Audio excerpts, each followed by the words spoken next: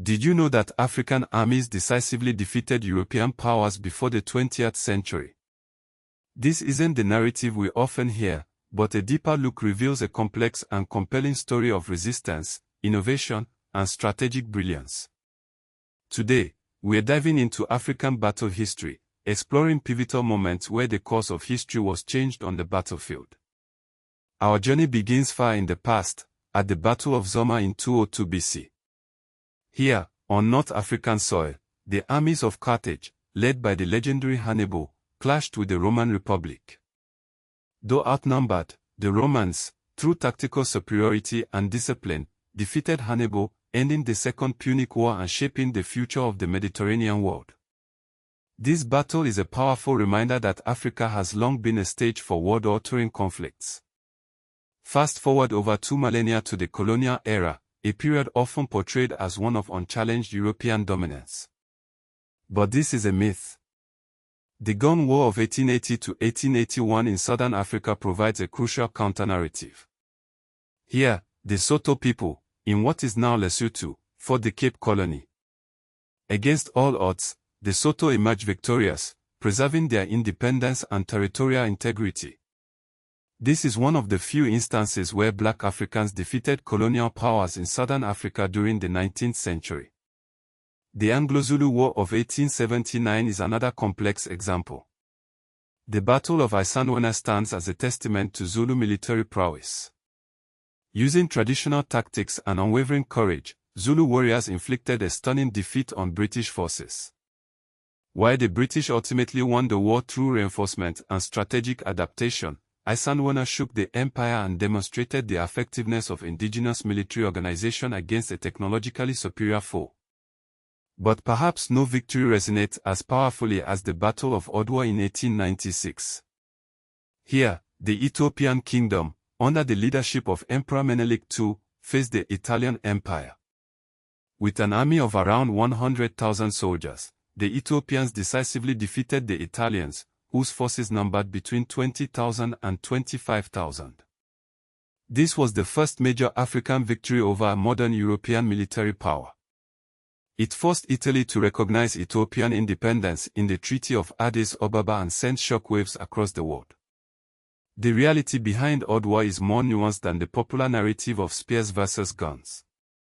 Ethiopia was heavily armed by Russia, who shared their Orthodox Christian faith. Italy, a newly formed nation, lacked the imperial experience of other European powers. Menelik II's victory bolstered his domestic mandate and gave him significant leverage with other European powers. Moving into the 20th century, World War II brought the North African campaign. The Second Battle of El Alamein in 1942, fought on Egyptian soil, saw British forces, supported by the US air power, clash with German and Italian forces. This battle, involving over 300,000 soldiers, marked a turning point in the North African campaign.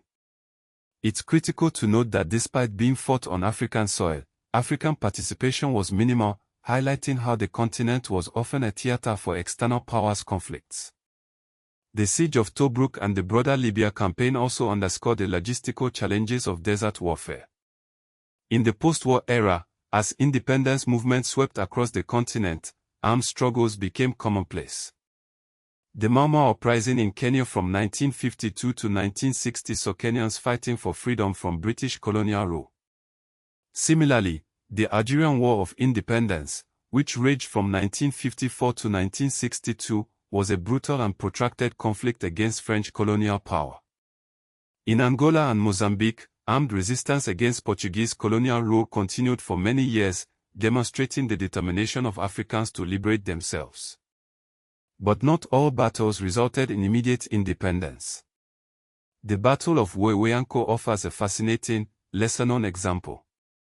In Wasulu, West Africa, a light expeditionary force was caught off guard by French forces with heavy artillery.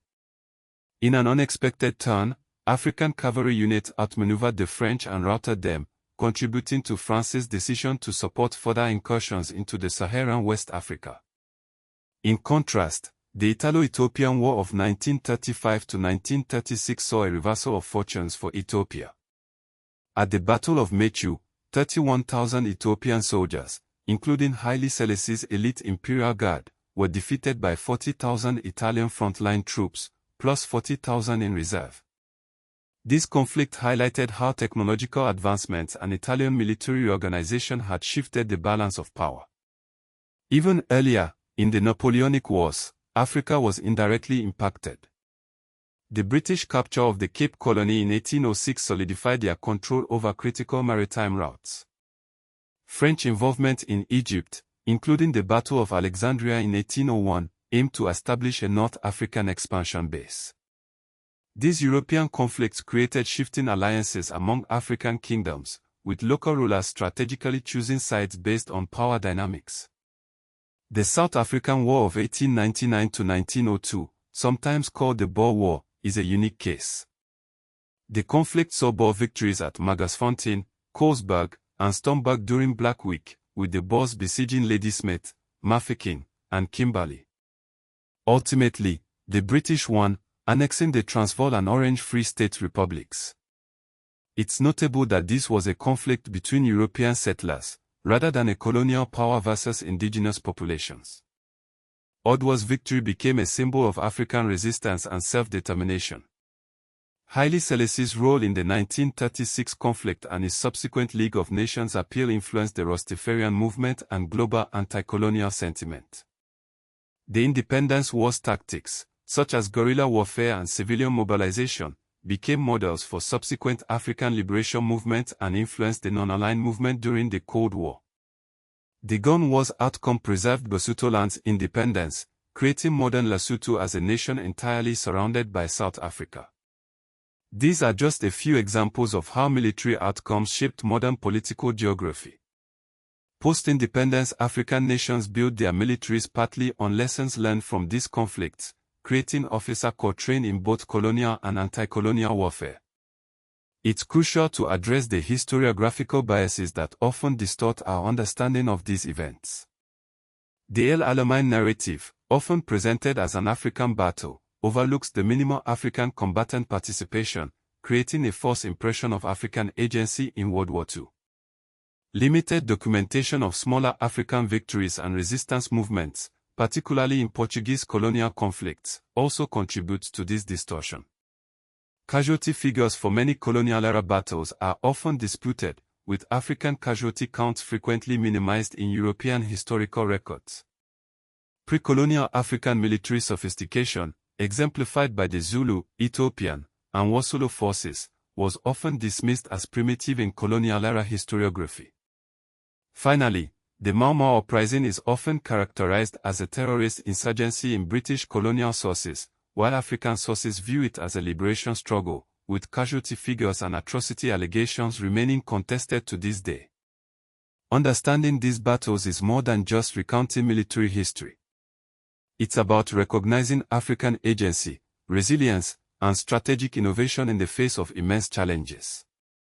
These conflicts shaped the continent's political landscape, influenced military doctrine, and fueled the Pan-African movement. They are a crucial part of Africa's story, and a vital reminder of the continent's enduring strength.